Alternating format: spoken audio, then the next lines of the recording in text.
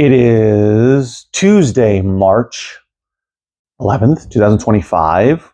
Just closed my store.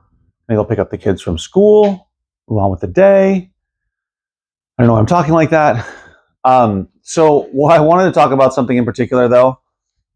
Today was fairly slow, although I had one big sale. People bought a bunch of DVDs, Blu-rays, 4Ks, that kind of thing. So that made my day, and that was good. But anyway, I got through a lot of stuff, finished going through the CDs, started the DVDs, took photos of everything that I'm going to list on eBay so far from the Gaylord, my third Gaylord of the last three that I bought. Anyway, that's all happening. Enjoying going to the DVDs now that I finished the CDs and everything else, and all I have left are a ton of DVDs, which is totally fine. 13 boxes and crates, which is great. By the way, I got my extra one for this. The Personal Power 2, The Driving Force, Anthony Robbins. The other one I needed was number 10, and it's sealed, and I got it out of the Gaylord. However, I didn't realize that the second one is missing one of the discs, so I cannot sell it as a complete set yet. Now I got to get that one disc. Side note, but that's too bad. We'll work on that. But it was cool to almost complete it.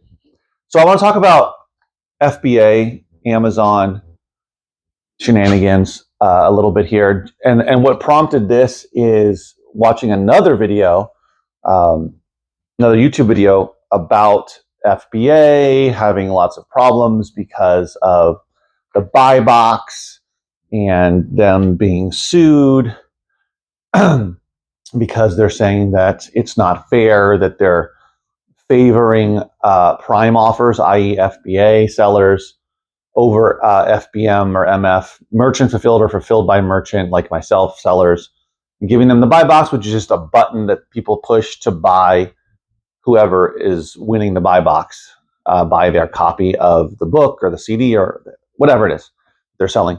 So I won't dive into all those details, but basically that's the gist of it. And now people are freaking out because they're legitimately seeing, I'm talking about like small to big FBA sellers are seeing their sales drop dramatically, anywhere from like 10% all the way up to like 65%, which is crazy. You're selling 100 a week and now you're selling, what would you call it, 35 a week? That's a massive cut in sales volume. So clearly this is something that's serious. Now, whether or not it will last, we will see. Just another example of one of the stupid things that you have to deal with when you're selling FBA through Amazon. Now, I did FBA from when I started. That's how I started doing Amazon, or I started reselling, was selling books through FBA program, loved it. If you go back to the beginning of my channel, you'll see tons of videos where I talk nothing but positive, glowing things about FBA and how it's the best thing ever.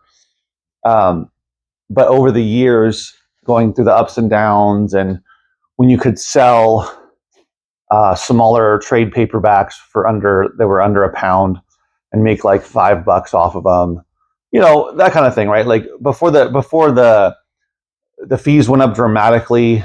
I don't know when that was. It was before the pandemic. It was like 2018 or something like that.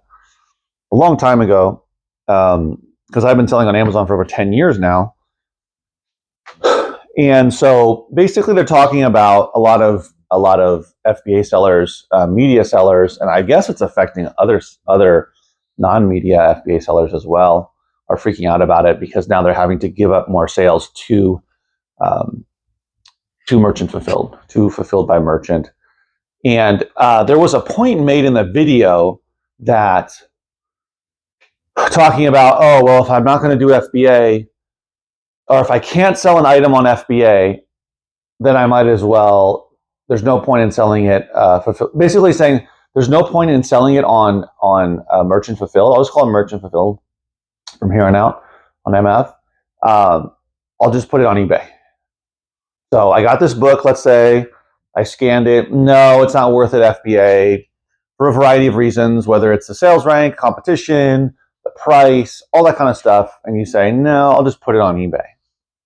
So number one, like, okay, basically saying there's no point in doing merchant fulfilled. If you can't do FBA, why even use Amazon at all? Just do eBay. It's the same thing. And that is 100% wrong. I was going to leave a comment on the video, but then I realized, well, why don't I just make a video about it, just to put it out there, because I, from personal experience, don't agree with that at all. So if you find a book, let's say you find a book, I don't do FBA anymore, but I find a book, and you could sell it both FBA for a profit and fulfilled by merchant. But because I don't do FBA, I'll do fulfilled by merchant. But let's say I was doing FBA, and no, it doesn't make sense FBA, so then I'm not even going to bother with merchant fulfilled.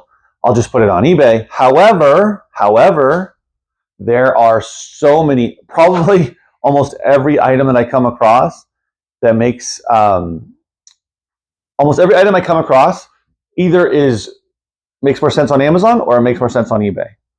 Whether it's a book, a CD, whether it's a DVD, whatever it is.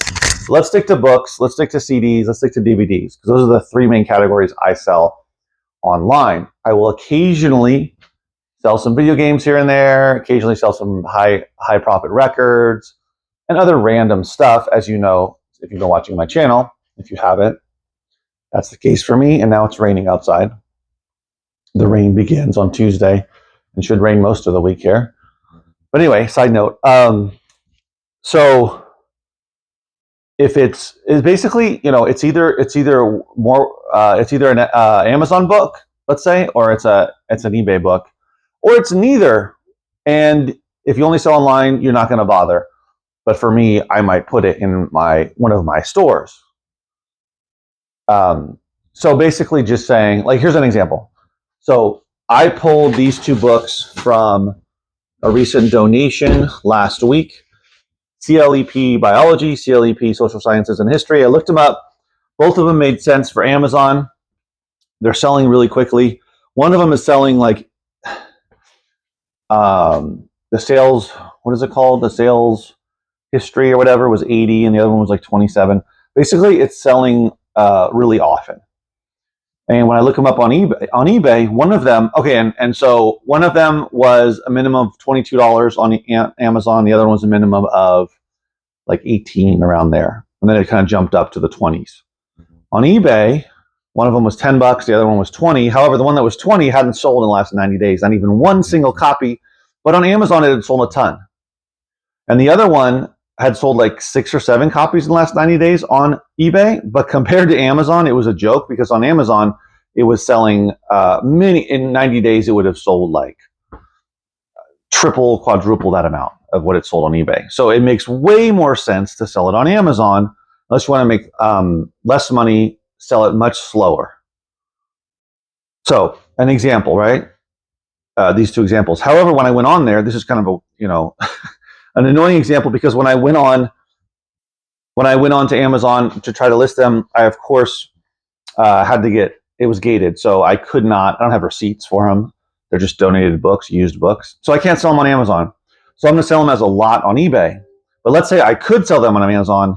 They are Amazon books. They are not eBay books. If you're trying to sell those on eBay, you can, but you're not going to make much money. Not going to make as much money, and it's going to take a lot longer.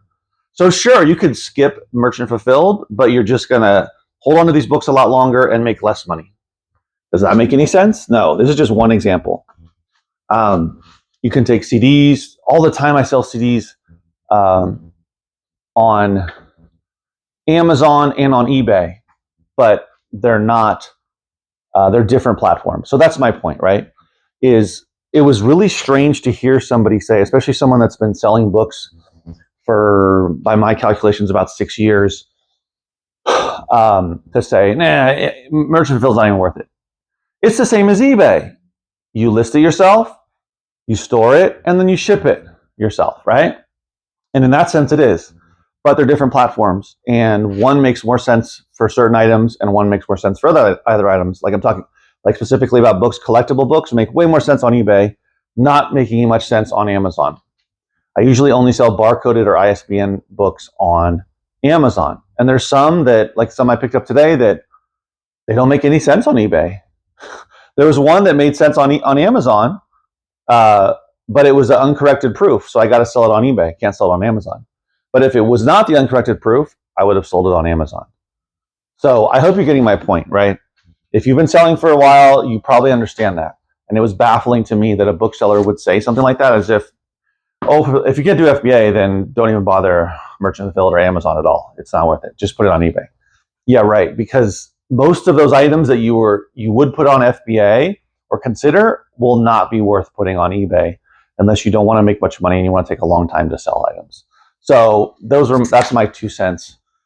I got to take off, but thanks for watching. I had to kind of get that out. Hopefully you got, or let me know what you think, right? There's always exceptions here and there, but by and large, I'm sticking with like 95% of the time, maybe even 98% of the time. Just talking about books. There's Amazon books and there's eBay books, period. I'll see you in the next video. Take care.